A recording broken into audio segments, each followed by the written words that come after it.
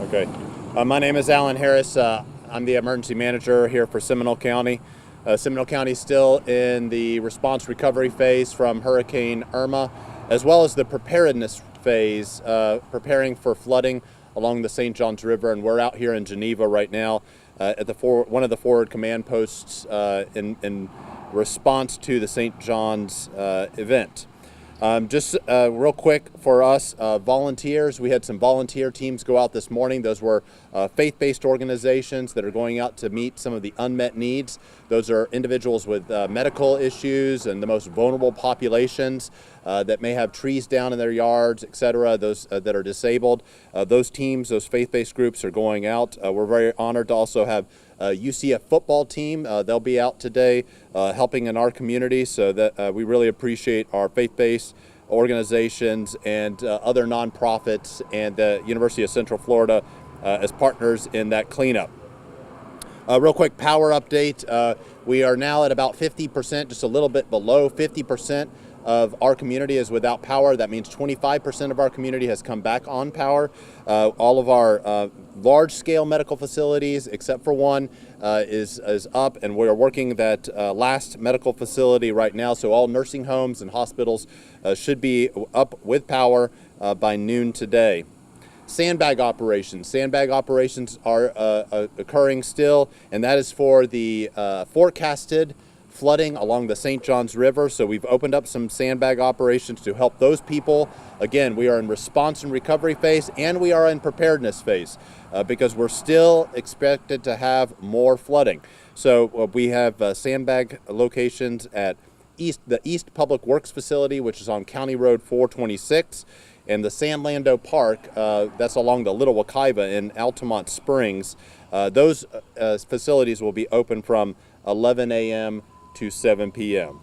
We have consolidated down to one shelter. That shelter is at Northland Church. We appreciate their partnership. We currently have just a little bit over 80 residents in that facility. And that facility is fluctuating. We have some people leaving the facility because they're starting to get power back.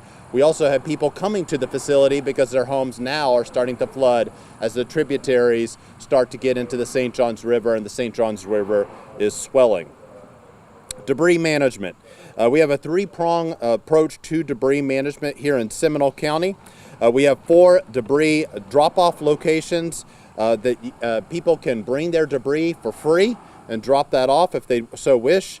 There are 3 locations in Sanford, and there's 1 location in Winter Park. To get a full list of those locations, you can go to our website at www.prepareseminole.org, or you can call our Citizens Information Line at 407-665-0000. Again, 407-665-0000 to get a list of those debris drop-off locations, the one closest to you.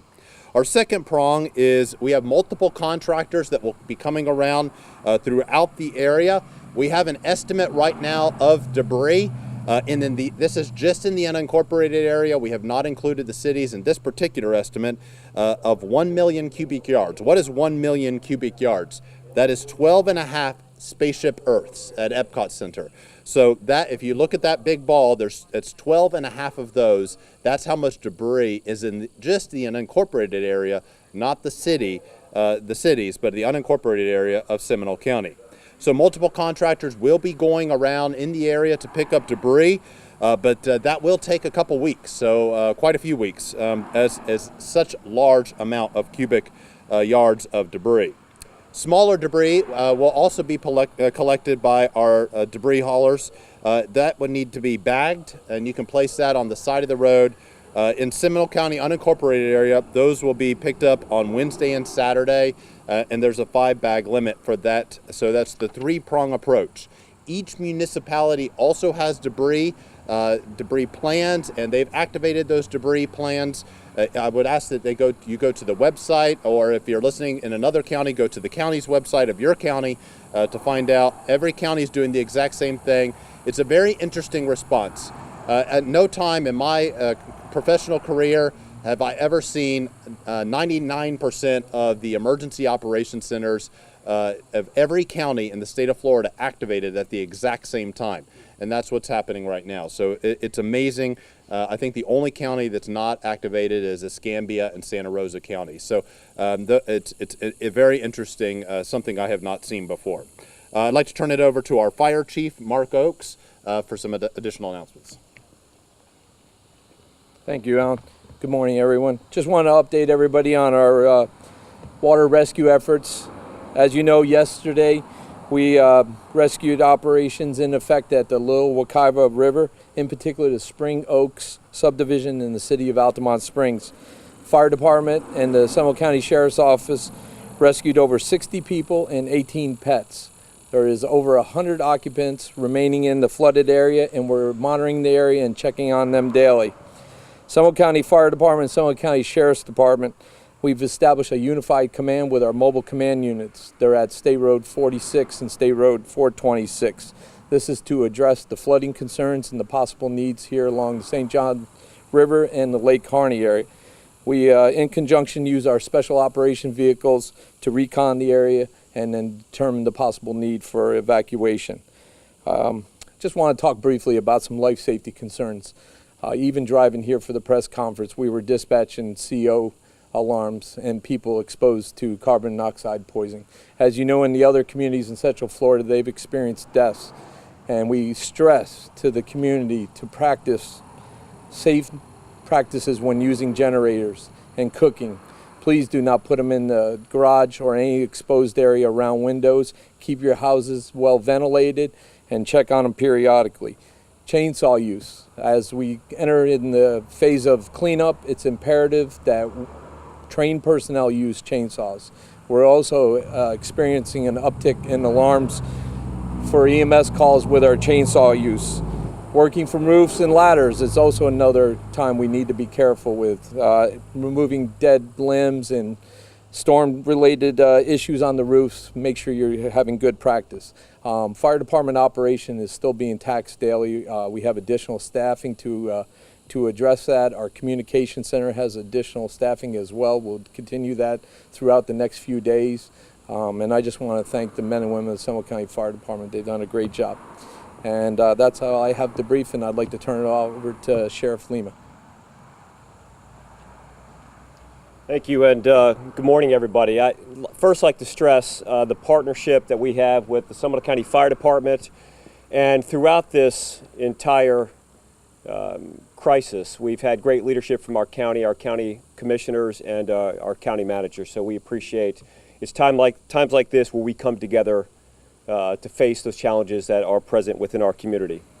The Sheriff's Office, in conjunction with the Seminole County Public Safety and Fire Department, are staffing a forward outpost 24 hours a day and 7 days a week here until the flooding situation is taken care of. We're out here to ensure that all public safety's needs are met, which means for us we're doing aerial surveillance with our helicopters, looking for people who may need assistance with evacuation.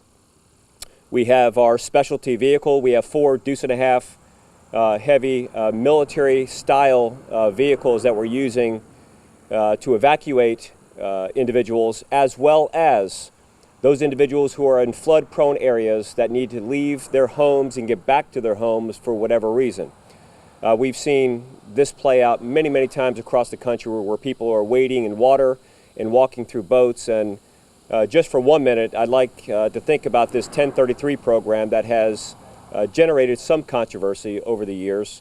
It's situations like this that we use military type of equipment to get out there and actually rescue members of our community and citizens.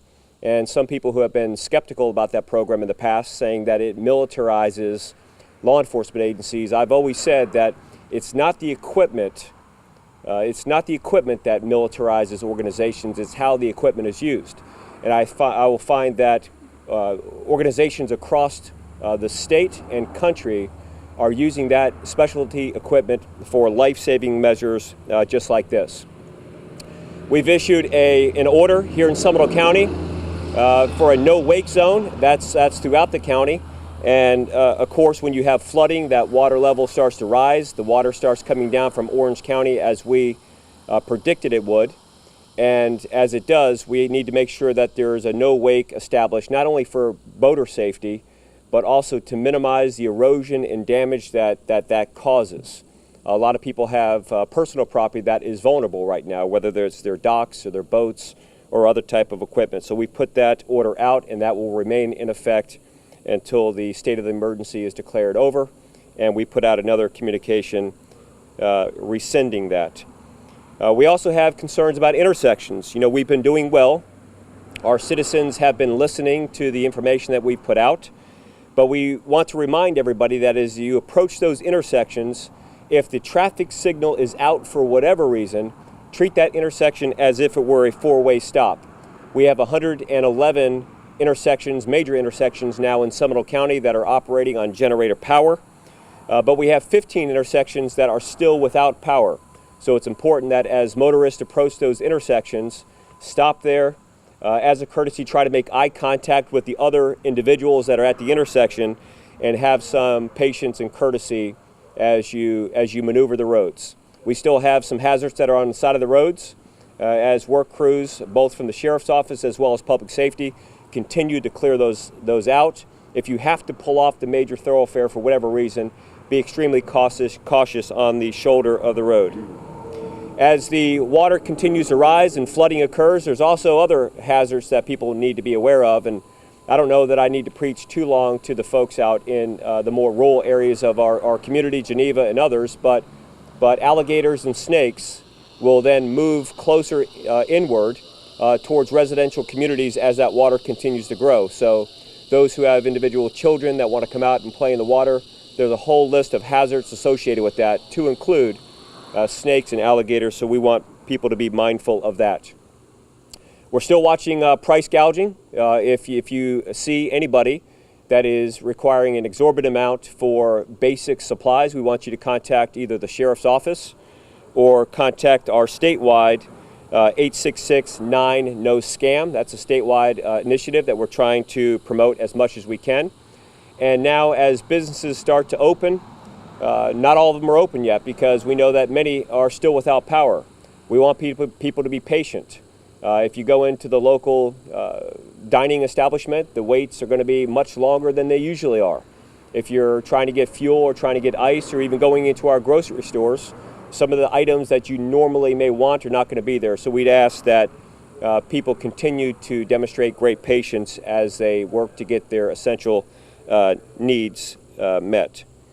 We have anti-crime units that are still out there working in force, and anti-crime units, once again, are unmarked deputy sheriffs and police officers throughout the county that are not driving vehicles that look like police or sheriff's vehicles, and they're wearing plain clothes. And the purpose there is for many businesses that are closed down to provide an extra level of safety and surveillance to those particular areas.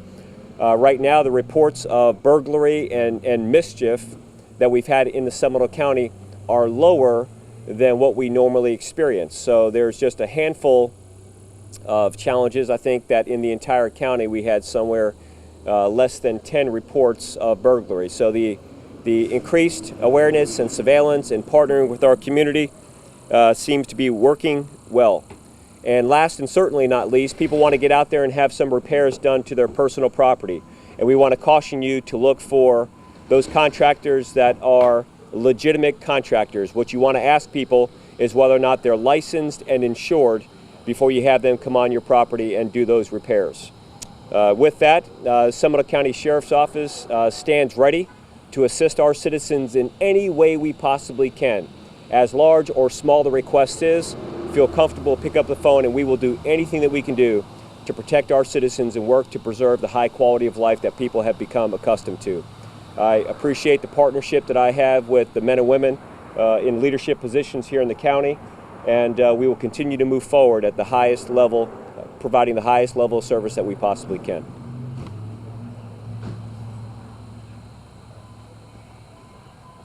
Good morning. I'm John Horan. I'm the chairman of the Board of County Commissioners here in Seminole County.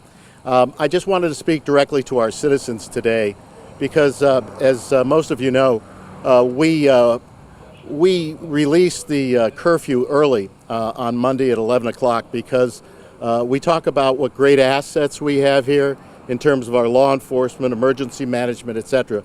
But our biggest asset in this county is you. it's our citizenry. And we knew the faster our citizenry was able to get out, move around safely, that everybody would be helping each other. I myself spent the evening on Sunday at the Emergency Operations Center. I got home about 4:30. Huge trees were felled in my front yard. I, my wife, my youngest son started to go out to cut up the trees. Within 5 minutes, like ants coming out of an anthill, we had 7, 8, 9 neighbors helping us, and a 2-day job was done in about 2 hours. That's the spirit of Seminole County. That's the spirit of our people. So please stay patient, help your neighbors, and we're going to all get out of this together. Thank you. Any questions? Can you explain, Go ahead. can you explain why there might be flooding in case it's unclear? Like why might there Why be the flooding occurs? Yeah. Why, in this case, why would it be flooding? Yeah. I think they have an emergency call, so this unit will be going in just a second. So, is that right? I'm sorry. Emergency call? Yeah, they're going. Yeah, so they may go in a second. So, to answer the question, why is there flooding starting to occur? What happens is normally when we get localized flooding like we experienced, those go to the tributaries, which are the creeks and the smaller rivers. Then those dump into the Wekiva River. And in the Wekiva, into the St. Johns River. And the St. Johns River then will swell. It gets bottlenecked, so Lake Harney goes up, gets bottlenecked where it goes into Lake Jessup. Lake Jessup, it bottlenecks again, so it'll swell there. Then it goes into Lake Monroe, then it bottlenecks, and then it goes north to Astor. And Lake County and Volusia County are working on that right now, and that's where it'll swell next, and then up. And wherever there's a choke point, the river swells, and that's why the flooding occurs. And normally, we can, from Harney, other counties all the way up can start making predictions, and that's exactly what we did here. Okay, so the Southeast River Forecast Center and the National Weather Service only forecast out 5 days. So we have not reached crest in Sanford.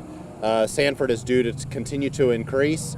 What we expect out here on Lake Harney is there will be roads that will be underwater. There will be water in homes along Whitcomb Road, Pravat Road. There's already water under homes. Most of those homes are on stilts. All the homes that are right around Lake Harney, some of them are elevated. A lot of them are not. So those homes, they could get up to 1 to 2 foot of water inside those homes. So it's interesting. We had that conversation yesterday, and we thought that the traffic concerns of people trying to bring sandbags back and then getting new sandbags and trying to fill those, it would just be too much of a mess. So we have sandbags. They're available, and it's just best just to go get those sandbags. Just to your point, Dave, the Sheriff's Office, we actually have 3 crews right now that are going along with large trailers. And what we did was we started with all Sheriff's Office members. And we went back to their homes to collect all the sandbags that we possibly could. And then what we're doing is we're going out for those individuals who have sandbags. If they're willing to give those sandbags up, we felt it was in best interest for everybody to do what we could to repurpose those things. Now, that's not a countywide effort as of yet, but I would say that we probably have brought back several hundreds of sandbags to this point in time in order to do that. And we'll continue to do that for the next few days. So first, let me talk about Lake Jessup. So on Lake Jessup, water is already starting to get on people's yards. Normally where there was a pretty clear wall that goes to this Lake Jessup, that wall no longer exists. It's starting to get on people's properties. We normally see upwards of 1 foot to 2 feet of water in people's homes there. Then it goes around to Lake Monroe. Lake Monroe, normally Seminole Boulevard would be the first. That would go underwater. The Riverwalk would go underwater. It doesn't prevent any businesses from opening or anything like that. In fact, there was a pizza place that was right there on the corner that remained open during Tropical Storm Faye. We're not forecasted right now to get to that record, and that's the highest record was Tropical Storm Faye. So we have some really good knowledge about what's going on. There are a couple neighborhoods that will be affected. Most of those would be roadways in Lake Monroe. This is a historic event, though, because we've never seen Lake Monroe swell like it did, and we've never really seen Little Wekiva swell like it has. So the answer is we're looking at the models, and right now the models haven't crested, so we're not 100% certain, but that is what we know will happen. So Seminole Boulevard probably be closed at some point, and then there's some neighborhoods just to the south of Lake Monroe that will get some water on the roadways. Can you give us others? So I'm gonna look at my folks and see if they nod on this. It's hard to predict this one because in Fay, Lake Monroe was so low, and most of the rainfall, most of the flooding occurred in this portion, and then down to Brevard and Orange County. That's where most of the water came. If you look at the flood how much rain came down throughout Central Florida, it was almost like there's a big Seminole County, a little bit of Orange County on the west side. That's where most of the rain came down. 18 to 20 inches is what we've heard so far from the National Weather Service. They're still collecting that data. So it's a guessing game, but normally from Fay, it normally takes about a week to 2 weeks for it to get all the way around to Lake Monroe. About a week, week and a half. So we'll monitor it closely. We'll put out alerts as we need to, but that's normally what we see. So in Fay, we did not have to evacuate anyone in the Sanford area. Those folks, though, that were here during that time period, if they felt more comfortable evacuating, some of the roadways were compromised. I mean, compromised in that it was flooding waters on the roadways, and they didn't feel very comfortable driving in and out. But their homes are elevated, so at least in the neighborhood that I'm speaking of. So we'll monitor that very closely, and we have the base flood elevation of all the homes that are right around there. So as it starts to creep up, as we get new forecasts, right now the forecast is that none of those homes will be affected. But again, that's only 5 days out. So if we get to a point where we think that there's going to be flooding, and that'd be 5 days in advance, we will start notifying them at that time. Is that going to be the standard? Yeah, so that's the 3-prong approach. That'd be the second prong. The first prong, again, is if you want to haul your own debris to our collection sites, and we've given you the address, and I'm sure y'all have it on your website. We have it on our website, so you can go to prepareseminole.org. But if you want to go to one of those debris sites to drop it off, you can absolutely do that. The second prong is exactly what you're talking about. Haul those limbs, haul those big limbs and things, and put them on the side of the road. We ask when you do that to avoid, of course, fire hydrants. And it seems logical, but and Charlie, Francis, and Jean, people put theirs over fire hydrants, and we had a real hard time. That slows the crews down. Also avoid the water meters and things like that, because that slowed crews down as well. If you put them on top of that, and we get to a utility, that can be very, very challenging. And then the third prong approach is the smaller debris. So you have small things that you can cut up, put it by the side of the road. You bag that up. You put it on the side of the road, and we're going to come by twice a week to come pick up that. They are slowly coming back online, and we have generators, mobile generators. We have a plan for moving those mobile generators around the community. So those generators will go to a lift station, pump for a little while, then they go to the next lift station, pump for a little while, next station, pump for a little while. So they're trying to do that, but we want everybody is still conserve if they can. If you can wait and flush maybe once a day, that would be the best thing to do. Yeah, I was just talking to the county manager about that. We're truly trying our best to educate everybody, and just, best practices.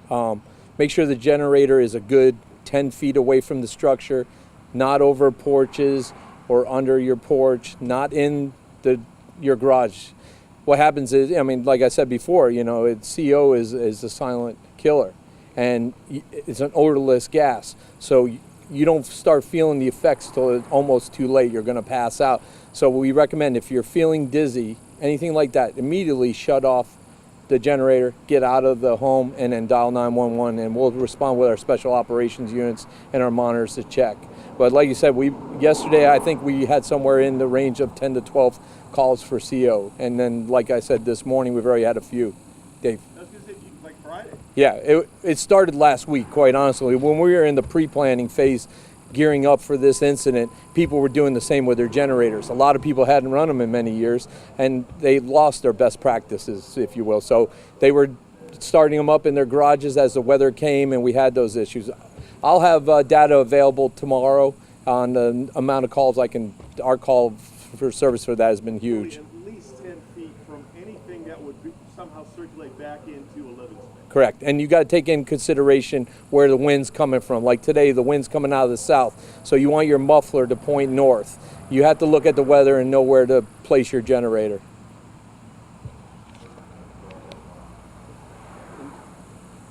And just to add one point about the lift station question, we're asking residents whether they live in the county or the city and they're serviced by either a utility in the city or utility or county utilities, is to use water sparingly. If you don't have to flush the toilet, don't flush the toilet. As we get the lift stations online, we continue to balance the system. The treatment facilities are trying to regulate a flow that they're not accustomed to. So the less water you use, the less you flush in your houses, the better off it's going to be. So we're asking our residents to use water, especially flushing the toilets, very sparingly.